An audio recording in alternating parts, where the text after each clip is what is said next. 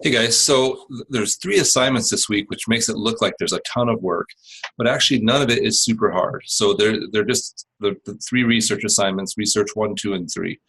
The reason I have three different assignments is because there's kind of three things that really matter here, especially as you plan your business. The first is that you have to understand the difference between primary and secondary research. And so the first assignment just asks you to do a little bit of research on research. I will tell you straight up that primary research is research that you collect. So sometimes you have to go out and do a study. Maybe you do a survey of people in the area and learn about their buying habits.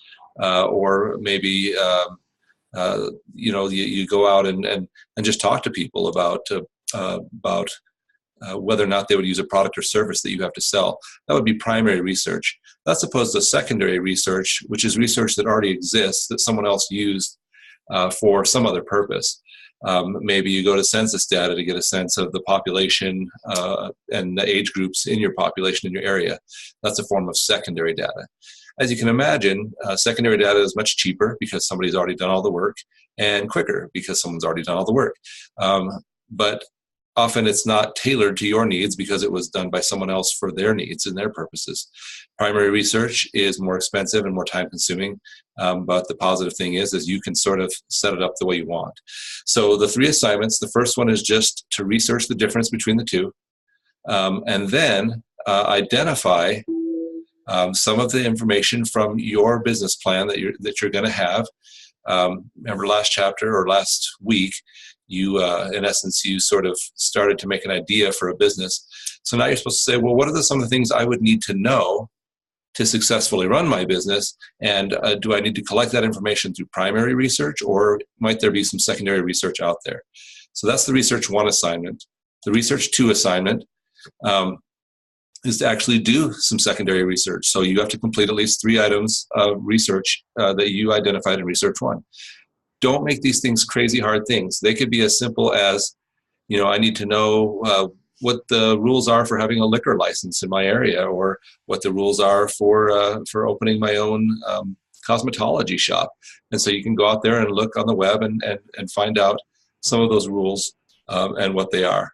And then the third research one sometimes confuses people because they think that I want them to do a primary research project, and that's not the case. What I want you to do is make a basic design for a primary research project. So say what you want to research, what information you're going to need, make a hypothesis. That's a guess as to what you think will be the outcome of your research, and then explain how you would test that hypothesis. And finally, what challenges you foresee in the research project. So again, none of this should be super hard. An example of a hypothesis might be, I think that I want to open a maternity store.